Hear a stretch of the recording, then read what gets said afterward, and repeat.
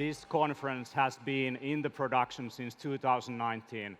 I want to personally thank all of those who bought the ticket in 2019. I know it's been a long wait, but we are finally here in Amsterdam. Isn't it amazing? Yeah! So my talk this morning will be about the dark side of biohacking and personal development. The thing about this whole conference is that every year we think about the theme. What is kind of the main trend? Like, what is happening? What is the kind of undercurrent? And we also ask, what has not been said? What is the topic that really needs to be brought up? And over the years, I have noticed, actually, when it comes to people who are into optimizing themselves, who are into optimizing their environment inside and outside of them, who are into personal development and personal mastery, they are, to one way, to some extent, most likely all of them traumatized, and they have coping mechanisms. And often the reason why they are so focused on controlling their diets, their exercise, their home, their exposure to pollutants or stressors, or optimizing their circadian rhythms and sleep patterns, and all of this comes from fear. And it's a response, it's a coping mechanism to something most likely that happened in your life way earlier.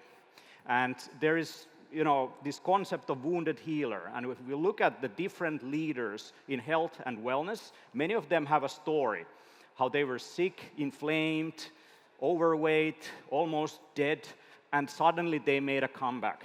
And this story is inspiring them, this story that they tell themselves of their own struggle, their own hero's journey, is what inspires them to share, to teach, to inform others what they can do to be able to avoid what happened.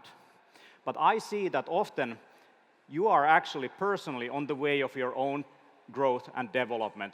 You are your own worst enemy. That's kind of the concept that I want to bring up this morning. If I'm going to trigger you, if I'm going to provocate you, if I'm going to communicate to you that maybe you have some serious issues to work with, this is the perfect safe space, this whole conference, to work on those issues. And I want to kind of help you dive deeper into, unravel the ego and the aspects of ourselves that we need to work with. Now, have you ever considered how you became who you are? Like, what is the story? Like, what led you here to this point? The kind of character that you play, the actor that you wake up in the morning, from the morning when you wake up to the evening when you go to sleep. Let's say I'm Teemu Arina, co-author of the Biohacker's Handbook and all of these things. What led me here? So I want to actually tell you my own story, how I ended up here. So I founded my company when I was 16. I'm 40 now. And, I focused a lot on the things that are outside of me, how the world works, educating myself, learning about things. And I became a teacher very early on. Actually, when I was 17, I was teaching in high school. When I was 19, I was preparing students for university courses. And older people, they saw me as some type of a guru, some kind of expert on the future of education, future of learning, future of work, these kind of things. And I went all around the world to speak about these things. But I also put all the hours in. And I felt, the world was like extracting energy from me, and I just couldn't say no. And I guess when you turn not 40, that's another point. But when you turn 30, that's when you start to, see that you are not immortal, and all the things like lack of sleep and bad diet and all of these things will backfire on you. So I got some stress-related illness. I got an ulcer. So I had some pain in my stomach, and when I ate, it kind of went away.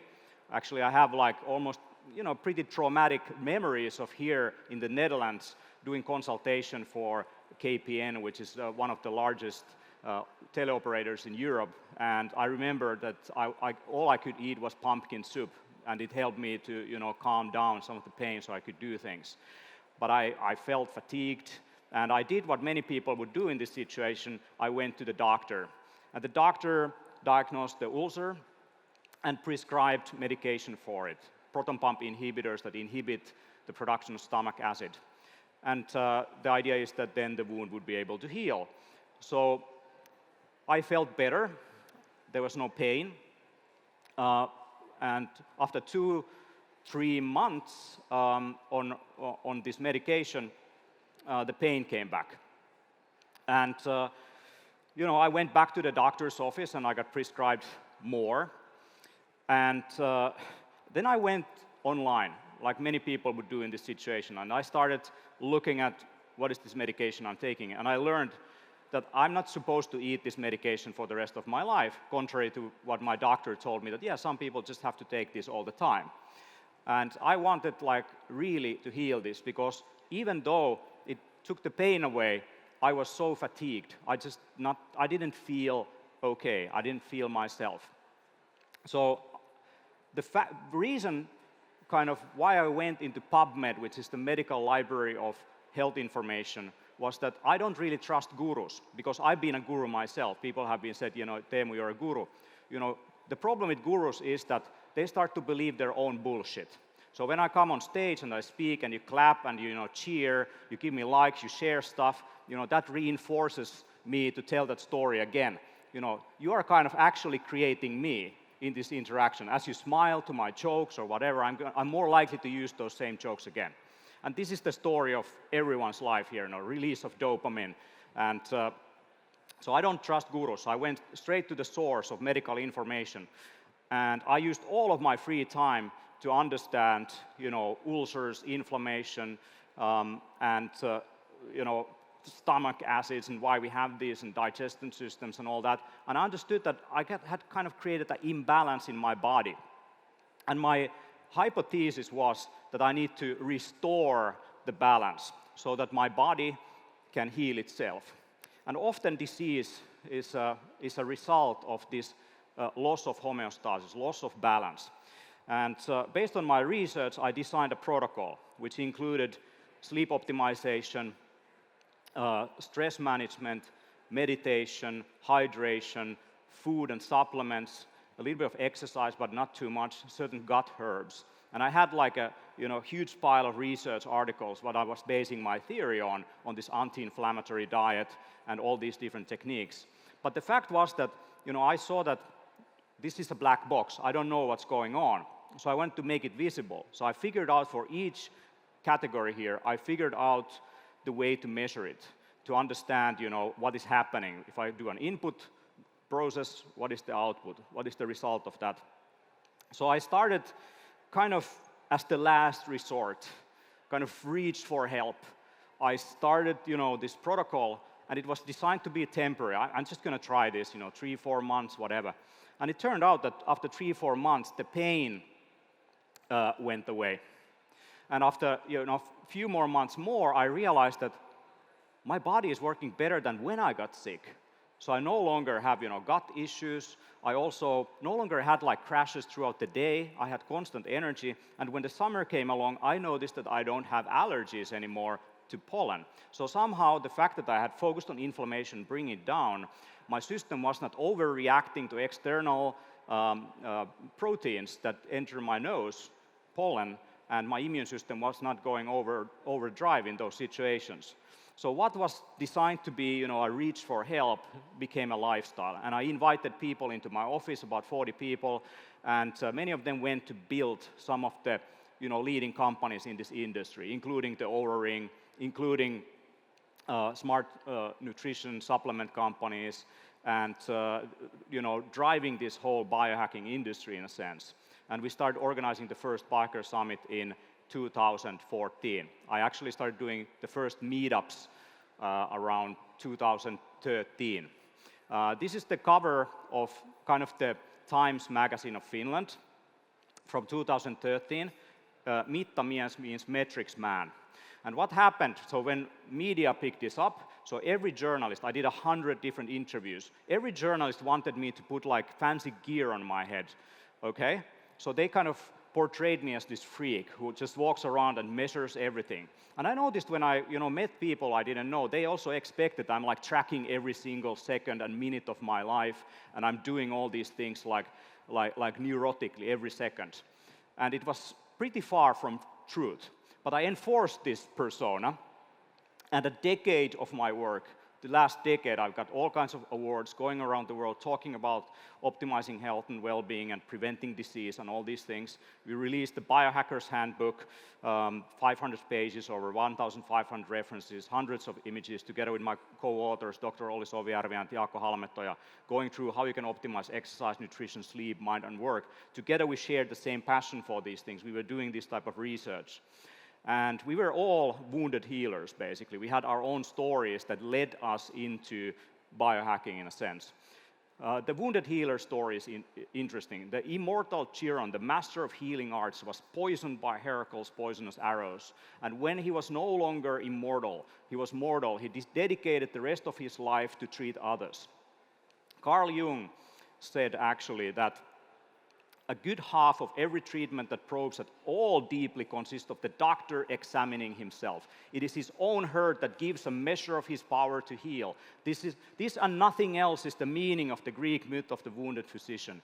So the fact that you have been broken, the fact that you have been wounded is the reason why you're so motivated and you deeply emotionally connect to that and you can have empathy to others who are going through the same. It's very different if you never had the same experience of, let's say, depression, burnout, whatever.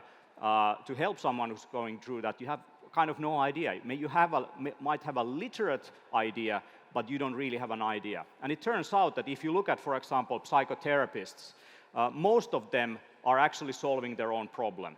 74% of therapists have experienced a wounding experience leading to a career choice. Think about that.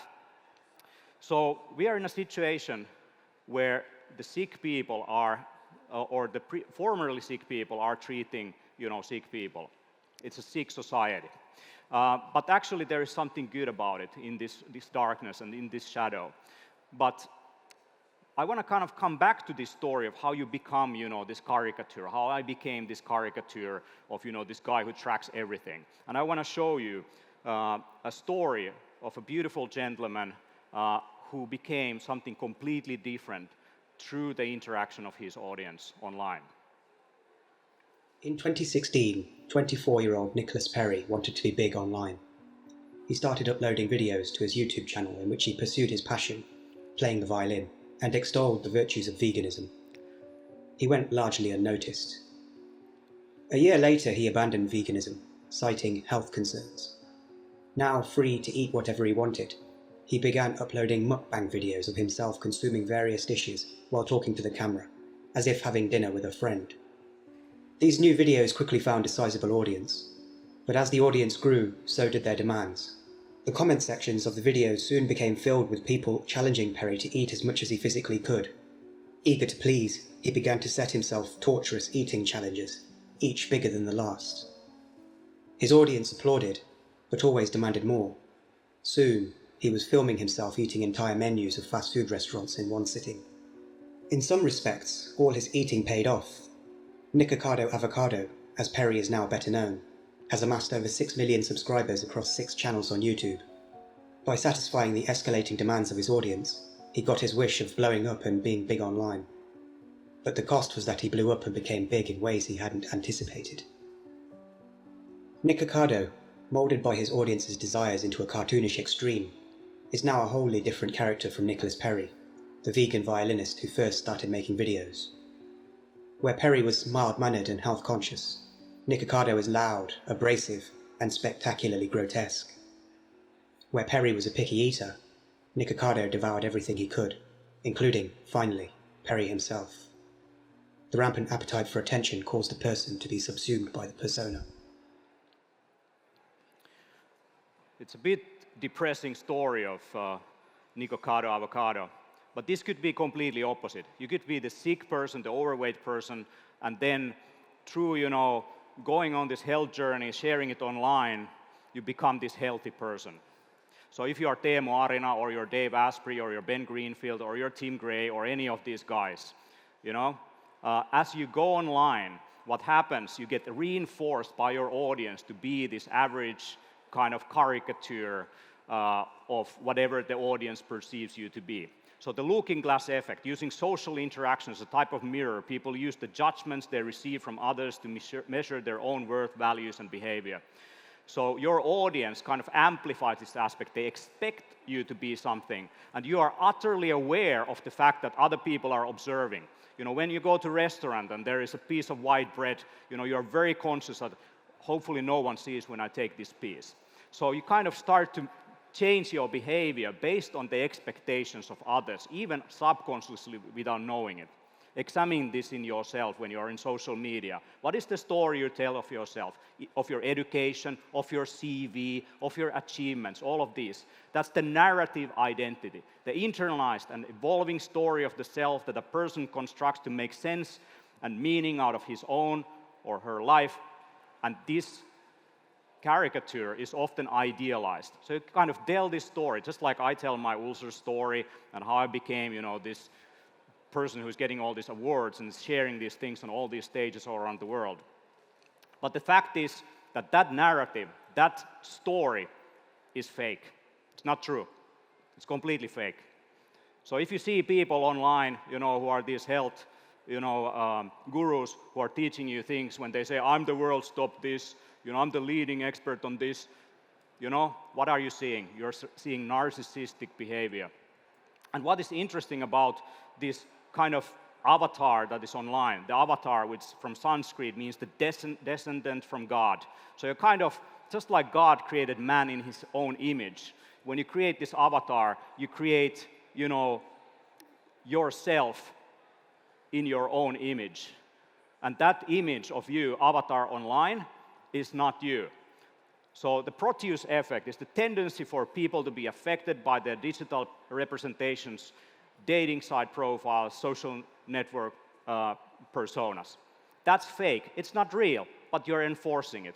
There's people who play online games and they start to show characteristics of that game character that they are so connected with. So my question to you is how do you kind of become?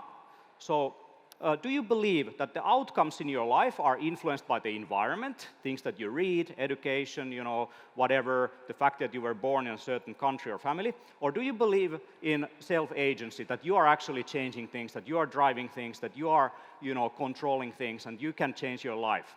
Do you believe in law of attraction, for example, stuff like this, that if you just manifest it? Now it turns out that if you are either focused more on the internal side or external side, that actually mirrors your parents.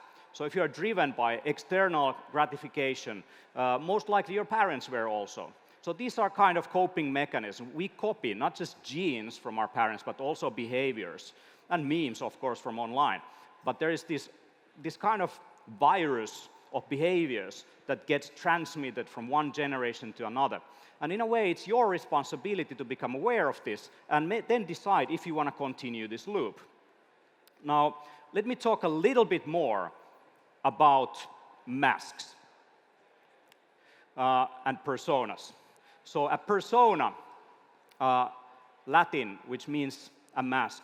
So your personality, so you, the kind of story that you tell about yourself, the self, the ego, whatever, it's a mask, it's not real. And we have all kinds of different masks. And what is very interesting about narcissism, narcissists often portrayed as this kind of, self-indulged person who is all focused on his own success and wealth and, shows off on things and is pretty aggressive to other people and assertive, seems to have a big ego. But the fact is that this person doesn't have a big ego. That person inside is vulnerable, broken, insecure, and that person actually created that character that is successful and all these things to protect his insecurities and hurt. So you kind of invent this character that is not the true you, and then you enforce it. And if someone challenges your fake persona, you become almost violent, verbally, even physically sometimes. And a narcissist is a person who avoids becoming his true self. He aims to become his false self. So he tells this story about himself, and then in all possible ways, he enforces that character through different means. And it's often very subconscious. You don't even realize that it is happening. But inside, you actually do know that what I'm telling and all this is not true. So that's the shadow. Like Carl Jung said, I must also have a dark side in order for me to be whole. And this shadow aspect and this shadow work is what is becoming to the light, in a sense, in these times. And the way how I think about the shadow is that the stronger the light, the deeper the shadow. And you see it in leaders of cults and any kind of movement and all this. The stronger the light, the deeper the trauma, the deeper the shadow, the deeper the need to control people or lead things or whatever, with the idea that the sky is the limit. These are coping mechanisms. Coping mechanisms are the strategies people often use in the face of stress and or trauma to help manage painful and difficult emotions. So you're kind of just pushing it under the carpet in a way. Now let's take healthy people, consciously healthy people, who are tracking their food and thinking about eating and trying to be this healthy person. Inside, they are diagnosed as hypochondriacs, illness. This is an illness anxiety disorder, that you're worrying excessively that you are or may become seriously ill. So it's driven by fear of dying. And I believe that these people are into longevity, who want to live forever, who are telling this story that I'm going to live forever. They're actually afraid of death. They're like utterly afraid of death. They can't face their own mortality. And they mask that. The coping mechanism is to try to live forever. There's another diagnosis here, Orthorexia Nervosa, unhealthy obsession with optimal nutrition. You become so preoccupied with the perceived healthfulness of food that it almost adversely affects your health and daily activities. Anything going to restaurant and like all this. There is a study on sleep trackers where they told people who slept really well that based on the data, you slept really poorly. And then there was another group who slept really poorly. They told them, you slept really well. You know what happened? The people who slept really poorly, they did better in cognitive tests. Okay? So there is this placebo, and then there's the nocebo effect.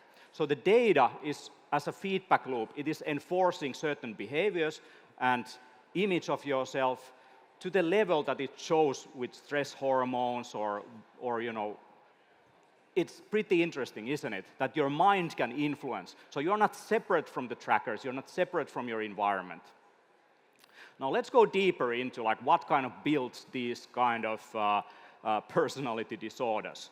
It often starts in childhood. And I pick up the theory of object relations. So object relations is a theory that looks at your relationship and your narrative of the self as a reflection to different relational dynamics with other people, your parents, and yourself. So when a child is just an infant, has just born, it doesn't differentiate himself from its environment. That person is almost in a psychedelic state. It's a symbiotic relationship with the mother. So the child actually believes he is the mother, or she is the mother. So when mother goes into the other room, the child starts to cry because she feels that she died, or he died. Not the mother, but personally.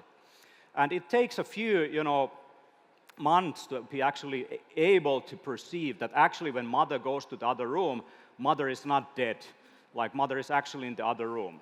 But it's a very symbiotic relationship with the mother.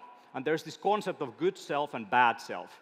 So when mother does whatever that doesn't suit you, you kind of still perceive that as kind of darkness in yourself. It takes some time to be able to differentiate from these object relations, that you are not your mother. And when you grow into puberty, into young adulthood, you actually start to, as a small child, you idealize your parents, father and mother, whatever they do and are, what they eat, absolutely amazing. Couldn't be better. My mother and my father is the best thing in the world. But then when you grow a little bit, you need to become an individual. So you need to separate. And this process is pretty violent. So you start to act out in different ways. Suddenly, the things that your mother or father does makes no sense anymore. It's the worst thing ever. You start to act out. you stay late longer, maybe don't come home, maybe you pick up hobbies that your parents don't want you to do, and so on. And this process is actually extremely important, and many personality disorders actually emerge from the fact that this separation doesn't happen as it should. So the often cold mother doesn't allow the child to separate from the mother, for example. Or the parents separate when the child is young, and because you are so dependent of your caretakers, you develop all these coping mechanisms to deal with the fact that you don't have a mother or father, and so on. It haunts you throughout your whole life. Or maybe you are in the shadow of your brother, so you develop all these different coping mechanisms when it comes to becoming an individual. So the separation, individuation process is extremely important. Separation from primary objects, which is your caretakers. Establishment of the self, where you internalize reflections and idealize yourself, and you have these mirror selves through which you mirror and you imitate other people. So when you're a teen, you imitate how they dress or what they tell, or what school they want to go. You kind of want to be like your friends. But at some point, you kind of develop this unique individuality, if it happens as it should. Now, interestingly, this carries into your life, to your relationships with romantic relationships. So you can, if you have a negative model of the self, you might be an anxious type. You try to control, these relationships. You're fearful of losing things. You're sometimes fearful of even getting into a relationship. And then, if you have a strong sense of self, you have a low anxiety, and you don't avoid other people, then you might be a secure person. But if you have, bad experience with being, too attached to some people and that hurt you, you're more likely to avoid, intimate relationships, but you might still have low anxiety related to those things. And interestingly, through this, insecurity, people push themselves to achieve greater and greater things as a result of basic insecurity. They fear of failure, they need to accomplish more than others, they try to get other people's approval, and they even try to overcome, their own achievements. Now, think of our leaders of this world. Like, what are they telling us? If you have an advice to the young people globally who want to be like Elon Musk, what's your advice to them? I think that probably they shouldn't want to be. You? I think it sounds better than it is. Okay. So when a child asks Elon Musk in the front row, how can I be Elon Musk? Elon Musk answers, you don't want to be me. Like, I work 80-hour weeks, it's not fun. And by the way, there is no one else who can do this work, by the way, only me. Think of Mark Zuckerberg, think of any, great leader and so on. They just kill themselves with work because they feel they're not enough, no achievement is good enough, they need to just, get better and better. They get from one family, one relationship to another, they, get kids, and they have all this avoidance to, like, really facing themselves and other people. These neurotic strategies, they drive our behavior. So there's 3 different strategies: submission, aggression, and detachment. A submissive person who submits to others, who is kind of has this desire to be liked, is kind of the cheerleader of all kinds of situations. Internally, that is fake. Internally, that person has aggression, but is submitting. Now, someone who is very aggressive, who feels constantly hostility from the environment, actually, they are not powerful. Inside, they are weak. Inside, they are anxious and afraid.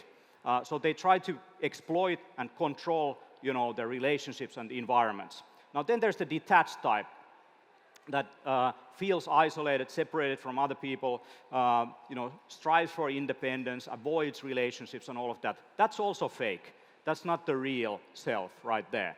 So, like, all these lead to a fake aspect of you. And many of these show up as cluster B personality disorders. Narcissism, borderline personality disorder, antisocial personality disorder, histrionic, personality disorder. These are characterized by dramatic and overly emotional, unpredictable thinking and behavior. So if you see someone acting out something, that their reaction to a situation or a conversation or an event is kind of over the board, it doesn't make any sense. That person is not really reacting to that situation or to you. That person is reacting to something that happened to them long time ago, and even it could be their parents, it could be a family lineage thing. And the coping mechanism then, develops. And that person is suffering, is living over and over again this separation trauma from its parents, for example, and caretakers. And when you feel this, when you see this, you can have compassion to these people. It's not personal. When they are taking you, as a central piece to act out, they are not really reacting to what you did, but something that happened a long time ago. And compared to a trauma that happens in an auto accident, for example, a physical trauma, which you feel once, and you have, of course, like different memories about it, an emotional trauma, you are basically re-experiencing the trauma over and over again, thousands of times. And what is interesting about narcissism specifically is that a narcissist is kind of a cult leader. The cult, which God is the narcissist himself. And when he meets you, he creates a fantasy. He creates a shared fantasy of you as the perfect, idealized person who is just perfect with everything that you do, what you eat, your hobbies, everything is amazing. Because the narcissist takes a snapshot of you. The narcissist doesn't really see who you are. They create an idealized version of what you are supposed to be. And then what happens? They start to have this fear that you are not this ideal you. So they start to kind of see everything that you do as wrong. Everything you eat, everything, your hobbies, your interests suddenly are not interesting at all. And they start to devalue you. Because you are not accepting the role of a worshipper, you are not worshiping the God who is the cult leader. And just like in any cult, there is rituals, there is different rituals that drive this whole concept. And when it comes to these rituals, the ritual is basically different patterns or behaviors that the narcissist is expecting you to be. And if you're not fitting that model, and by the way, it's impossible to fit that model, so your strategy is either to submit or to become aggressive or detach. So it actually traumatizes you. And over time, it turns you into a narcissist. And our society is basically in a state where narcissism is the driving force of everything. Think of our world leaders. Think of one of these big countries, China, US, Russia. What do they exhibit? Are they kind of concerned about what people think about them? And if you kind of attack their character, the response is over the board.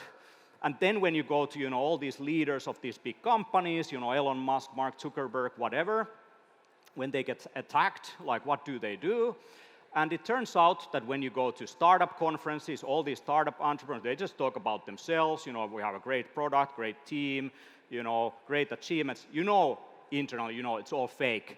And if you tell, this product is shit, you don't have experience, they get seriously hurt. And they try again, and they try again, and try to enforce this role.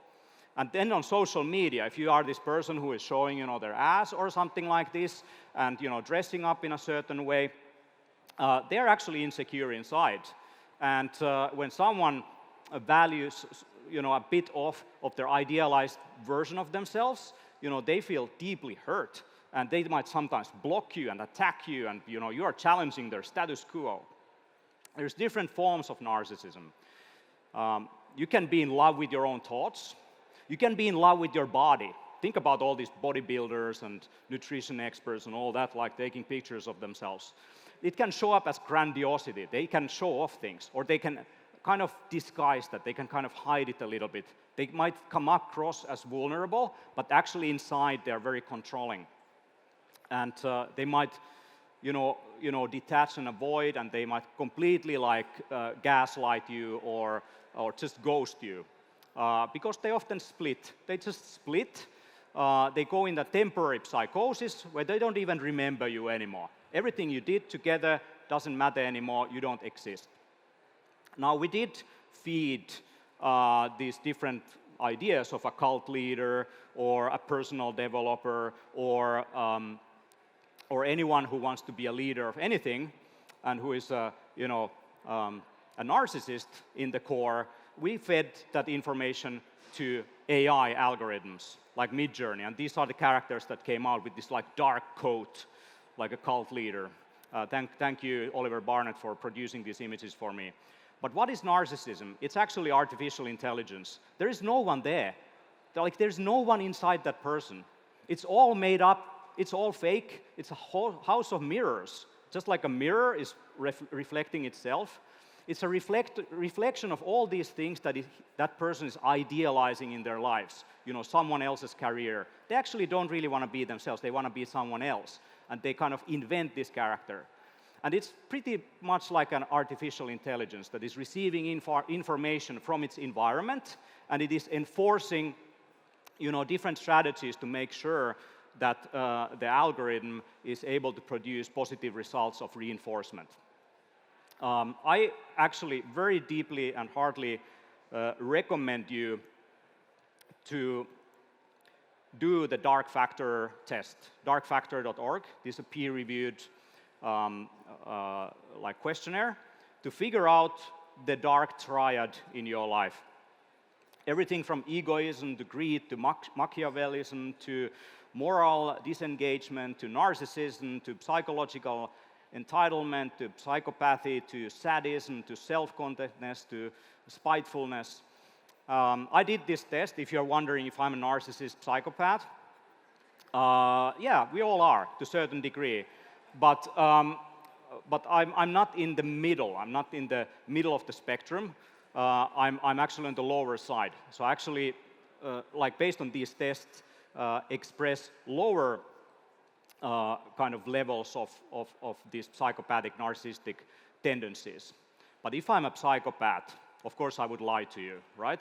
So in the end, I believe in many different therapies through which you can kind of unravel these aspects of yourself, to face these things. I can tell you that I believe that I actually was a narcissist in my teens, because I was being told by everyone that you're a guru, older people were just like cherishing me. I was actually an insecure child. I was an introvert. I learned to become an extrovert, and I was enforced by the environment on my guruness, to the point where my friends told me that, Teemu, you are full of bullshit. And it took me to Amsterdam to eat magic mushrooms in my 20s. And that led to a journey that ended up also in the Amazon. So I spent some time with the Shipibo-Konibo Indians. And I believe that those experiences were fundamental for my transformation from this grandiose, self-centered asshole to an actual, compassionate and empathic human being. And it only happened by having compassion to myself, to actually love myself. And only by being shown the shadow, repeatedly through different mechanisms, I was able to heal. There's two dialogues on your way to healing. The first inner dialogue is the need to become somebody. The second dialogue is the lack of self-worth. Both of these stories create a version of you that is not real. When you try to become somebody, you're actually trying to please somebody else. The society, your parents, your friends, whatever. And then there is this inner kind of feeling that I'm not enough. I need to be more than this, even more than my achievements. And you position yourself in relation to others. That's relative positioning. You become like a salivating dog. It's operant conditioning. You go online, you get all this feedback about your greatness, and you kind of you become addicted to that dopamine boost. You internalize other people's expectations. You have all these voices in your mind, none of which are yours. So think about that. We are in a position in the world where we are led by the least among us, like Terence McKenna said. So you're welcome to pick your health leader. Maybe it's me, maybe it's the current establishment, whatever. If you pick me, you are actually helping my narcissistic supply.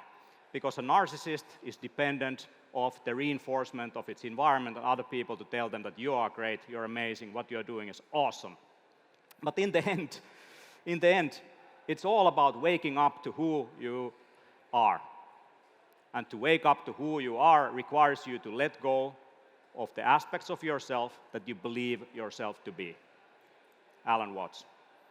We are currently writing The Resilient Being. It's twice as big as the Biohacker's Handbook. And in this book, we go through different ways how you can master resilience, not just physical resilience, but also mental, social, and spiritual resilience. That goes deep into traumas and emotions, the ego and the shadow, and ultimately understanding that you are just, a peck, a piece of sand in the universe. Your life is insignificant, but at the same time, it's extremely significant because it requires orchestrated coordination with other individuals to make sure that this species survives and is able to drive into the future with consciousness that is not extracting energy from everyone else and from the nature and from this planet for its own personal gain. But we need to be responsible to contribute with love and light to transcend who we really are. If you got the message, hang up the phone.